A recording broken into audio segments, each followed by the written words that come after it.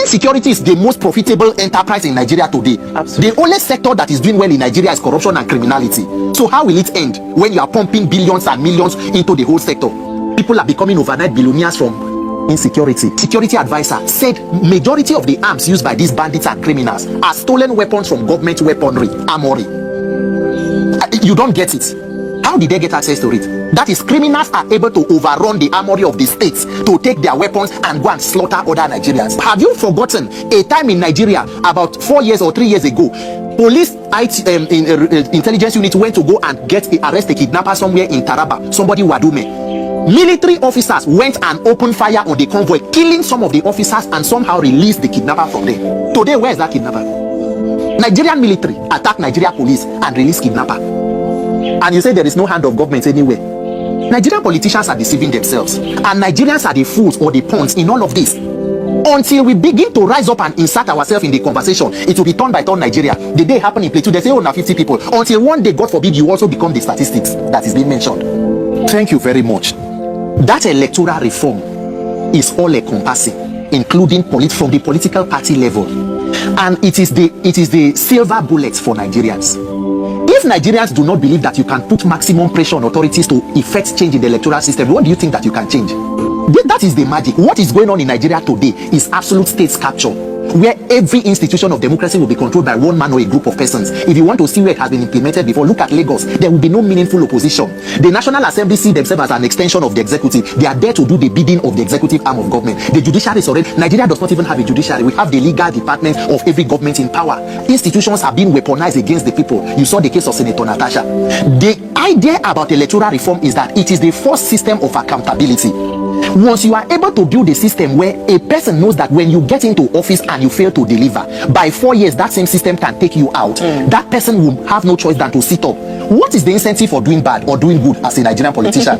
As bad as Buhari was, he did 8 years and he was able to install a successor. So when you see me talking about electoral reform, it includes that party primary level that you are talking about. Because if you don't reform it, a president signed not too young to run, not too old to young or whatever it is, but you are also not too rich to run, because form is 100 million. Where do you want to start from? So that electoral act is all encompassing, because I have evaluated the entire process. Election and INEC are the weapon formed against Nigerians, and if all of us start to sing the song, even politicians, they know. Try to begin any protest in Nigeria, say you are talking about end bad governance, bring down cost of fuel. The president will come out and say, don't worry, we will share rice, we will do this. But let President Tinubu come out and commit to free and fair elections. It will almost be impossible. That is why you must insist on it. Because they know that is the only hope they have. Corrupt election. But we are already used to rigging in this country. We cannot be used to it. No, rigging is part of us in this country. It cannot be. I'm telling you, Peter, even the best of the best that we think are saints in this country, they've been rigged into power. Yes. So what are we saying? That is why that best of the best and the people who have tasted and seen. Look at a person like Professor Yomi Oshibanjo. What will now happen in Nigeria will be the enemy of your enemy will have to be your friend.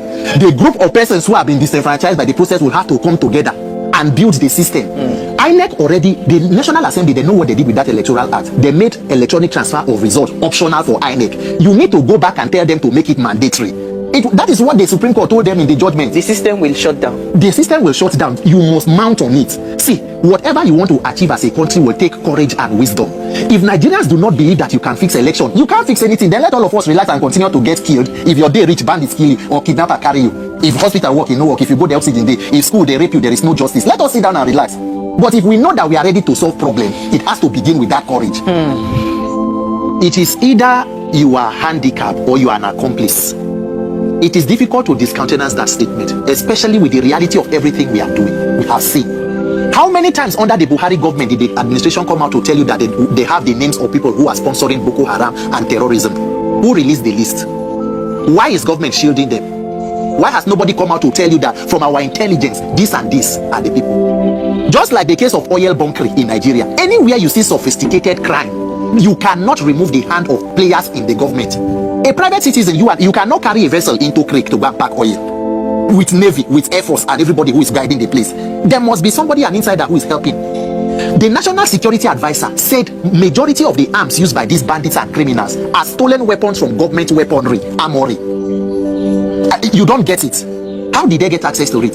That is, criminals are able to overrun the armory of the states to take their weapons and go and slaughter other Nigerians. Until date, we do not have a solution to the problem. No, it is either you have the solution or you are part of the problem. Nigerian leaders are not sincere with what is going on with insecurity. Plateau dates back more than 20 years ago. Benue. What exactly is not being said about insecurity? That is where the problem lies. When you see government running from pillar to post, the president will come up, give one lame statement. We will arrest them, we will fish them down. Tomorrow, have you forgotten a time in Nigeria about 4 years or 3 years ago? Police intelligence unit went to go and arrest a kidnapper somewhere in Taraba, somebody Wadume. Military officers went and opened fire on the convoy, killing some of the officers and somehow released the kidnapper from there. Today, where is that kidnapper? Nigerian military attack Nigeria police and release kidnapper. And you say there is no hand of government anywhere. Nigerian politicians are deceiving themselves, and Nigerians are the fools or the pawns in all of this. Until we begin to rise up and insert ourselves in the conversation, it will be turn by turn Nigeria. The day it happened in Plateau, they say, oh, now 50 people. Until one day, God forbid, you also become the statistics that is being mentioned. They are not honest. There is more to it. The more money you put in it, insecurity is the most profitable enterprise in Nigeria today. Absolutely. The only sector that is doing well in Nigeria is corruption and criminality. So how will it end when you are pumping billions and millions into the whole sector? People are becoming overnight billionaires from insecurity. Nigeria is in serious trouble. Serious trouble. This issue of insecurity, we are talking like a joke. So there is more that the government needs to do, and if they are not ready to do it, the people must wake up and put the pressure that they need to put to save our own lives, because it always seems far until it comes close to home. So how do we start this process? Because you see, if you notice, I think it was the second tenure for President Buhari last year. It was constant news that we were hearing in the news every day. Customs seized a truckload of ammunition. There was a time it was bullets, there were a time it were guns and all of that. I kept on asking myself, where are all these ammunitions going to? And first of all, who are the people? You know, because I mean, you can't ship in anything into Nigeria without proper documentation. So is it that they were not able to trace where these things are coming from, or exactly how did that transaction happen, and where are the ammunition? Where did it end up? Secondly, we know that for every election cycle, politicians release ammunitions to their touts. You understand? And most of the time, I've heard reports that they are unable to recover those ammunitions back, and because they eventually use them and dump them, those ones use the ammunition to be able to go and perpetuate evil. It's a vicious cycle. Yes. So, Mr. Peter, very good there. Nice one. The only profitable business in Nigeria is insecurity. That is the only profitable business as we speak now. Very good there. And this is a problem. And this is a kind of message we need now. This is not the time to keep quiet again. Not too young to run, but too much money to run. Where do you have the money to run? That is the problem. This electoral reform, if they can be able to do it, is the only solutions to start from somewhere. Because as it is now, we are under a dictatorship, under one man control. That whatever he says, that is the final. So with this electoral reform, if we are able to achieve it, fine. To start from somewhere, because as it is now, all the institutions, all the government sectors are collapsed. The only profitable one is insecurity. Just imagine, you see everything he said. That one, a lot of people forgot, even me myself, that military attack police to release kidnapper. Good.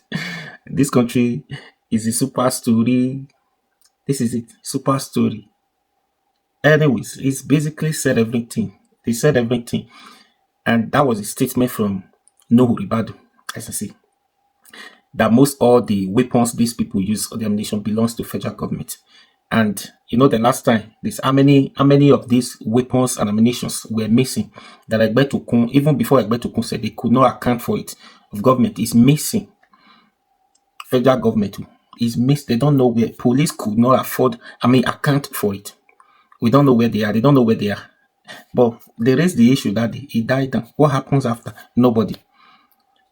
So as it is now, insecurity is taking over all the regions. It's taking over. Nothing is going on. Do you understand this? Because you know, yesterday the military said there's underlying issues that insecurity in the north, or not just in the north, insecurity in Nigeria cannot be solved by the military. Even if you use all the military it cannot be resolved. They cannot solve it. It's political. Who are the politicians? Is it not the politicians, the leaders? So these people have been accused many times. List has been released many times. If the military want to fight them, politicians are bigger than military. So all these people are not independent to truly do their job diligently.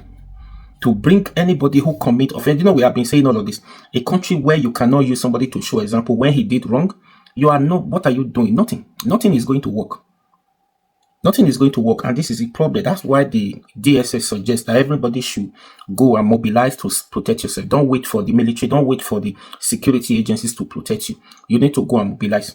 The way it's going now, why advising us to mobilize to protect ourselves, they should also need to legalize it. License gun for everybody who have money to purchase a gun. I tell you, people don't even have the money to purchase the gun now.